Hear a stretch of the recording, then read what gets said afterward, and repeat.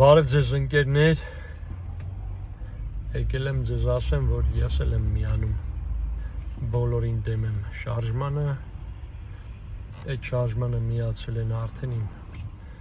բազում ուժեղ ընկերներ, ու մենք հետ այս վերջի ժամանակները ինչ անում ենք, փաստացի միասին ենք անում։ Շարժումը կարճ ինչ նպատակ ունի նպատակ այս մեր գլխին սարքած իրականությունը ճեղքելու փորձ անի։ Տասնյակ տարիներ առաջ բոլորին դեմ տարբերակ ա եղել քվեաթերթիկում, ու այդ տարբերակը բռնե ջնջե հանել են ինչ-որ մի հատ որոշումով։ Ճիշտ է, այն ժամանակ 1-2% ա հավաքել, բայց այդ տարբերակը հիմա բավականին մեծ քաշ կունենար, եթե լիներ, ու երկրորդ ամբողջ աշխարհում այդ տարբերակը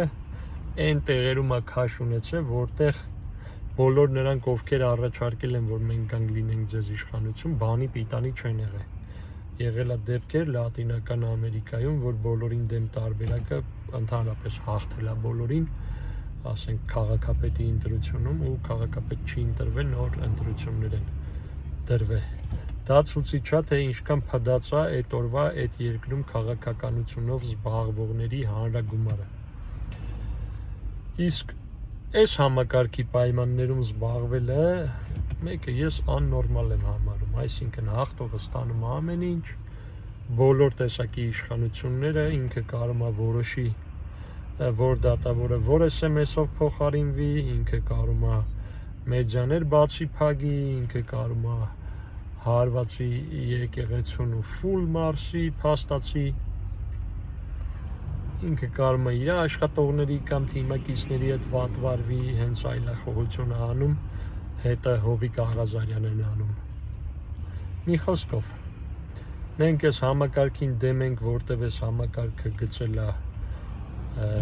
Սերժ Սարգսյանը Հանրապետականի հետ, մենք այս համակարգին դեմ ենք, որտեղ հեղափոխությունից հետո այդ համակարգը չի փոխվել, չնայած մենք մերժում էինք համակարգը, ոչ թե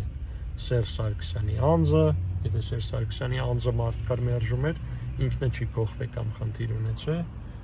բայց գիտակից մարդիկ մերժում էին համակարգը։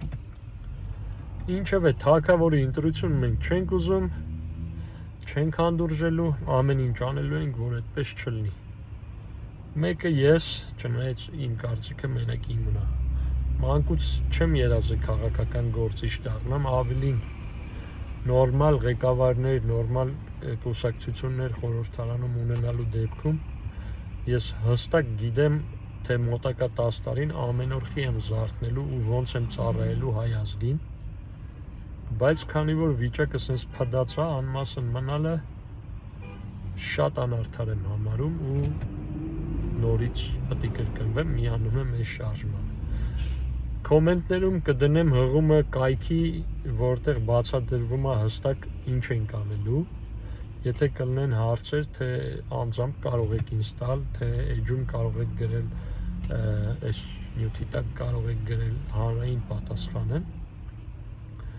Իմացեք, ոնց որ մյուս միացած մարդիկ, ես կրում եմ պատասխանատվություն այդ պրոցեսը տեղ հասցնելու համար, իսկ այդ պրոցեսը էսա, պետք է գանք, հաղթենք ընտրություններում, բոլորին դեմ եմ տարբերակը բերենք քվեարկության տարբերակներից մեկը դարձնենք, կայուն մեծամասնության գաղափարը վերացնենք, որ չլինի ավտոմատ ձայներ հավաքելով, փոշիացած ձայները դառնան նրանց, հավաքեն 30%, խորհրդարանում ունենան 52%, ու շեմը իջացնենք մի տոկոս, որ բազում քաղաքական ուժեր լինեն խորհրդարանում ու բազմակարծություն լինի։ Այս ցիկլի մասին, որ խոսամ, վերջին 5 տարվա ոնց էր, օրինակ Նիկոլ Փաշինյանի թիմը ԿՊՆՄ-ի դաղալություն էր անում, ընդդիմությունը հելնում ասում էր սա դաղալություն է, ընդդիմությանը պատասխանում էին, որ այ նախկիններ ձեր ժամանակ սենց էր, ավելի վատ էր, ոբշեմ հեռու գնացեք, ու 5 տարի այդ կերակրելով, ինչ ասես մեր գլխին արին էլ Արցախի հանձնում, էլ Կիրանցի մոտակա հողերի, Ոսկեպարի, Վաղանիսի, в общем, Տավուշի շրջակայքի անձնում էլ 100 անարդարություններ, ես իմ ջերմուկյան դեպքեր, Սյունիքի լճերի դեպքեր, մի խոսքով, մի կողմը ծափ էր տալի, մյուս կողմը բարում, հետո տեղերով փոխվում էին։ Հիմա այլակարծության հնարավորություն է պետք տալ, այնտեղ նյութերում որ նայեք 20% ձայներ փոշիացել է 3-2-4%, նույնիսկ հավաքած ուժերի, որոնք նենց չի բոլորը աշկից լույսն էին, բայց դրանցից ոմանք, որ հելնեին խոսային հակառակ այս իշխանության արածներին, իրանց նախկին կուտակավորելով կռուտիտ անել հնարավոր չէր լինի։ Այս փոփոխությունները ամենը չեն, ինչը անհրաժեշտ է հայ ազգին, որ հեսա փոխելու ենք ու փրկվենք, բայց ես կարծում եմ, որ այս փոփոխությունները անելը մեր ուժերի սահմաններում է։ Ինձ որ մնար շատ ավել բաներ կարվեր, բայց եթե այտենց պլանկա բռնցնեինք, անելու էինք շատ ավելի քիչ կամ ոչ մի բան։ Ուստի մենք հավատում ենք, որ իրականությունը փոխելու մեծ քայլ կարող ենք անել, որից հետո 100 օր հետո, որ նոր ընտրություններ լինեն, այդ ժամանակ հավաքված ուժերը ստիպված են լինելու լրիվ ուրիշ վարք ցուցաբերեն ու անեն այս գործի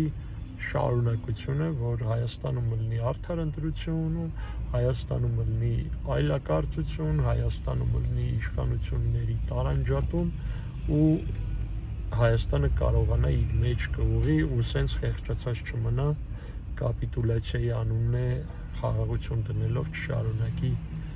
խոսանավել։ Պինդեղեք, եթե մինչև այս պահը նայում էիք վիդեոս, կոչ եմ անում դուք էլ միանաք, մոտ ապագայում կարևոր անելիքներ ունենք իրար հետ, որ այս մեզ պարտադրվող խաղի կանոնները ջարդենք, փոխենք, այդ խաղը հնարողներին է փաստի առաջ կայնացնենք, այսքան մերսի։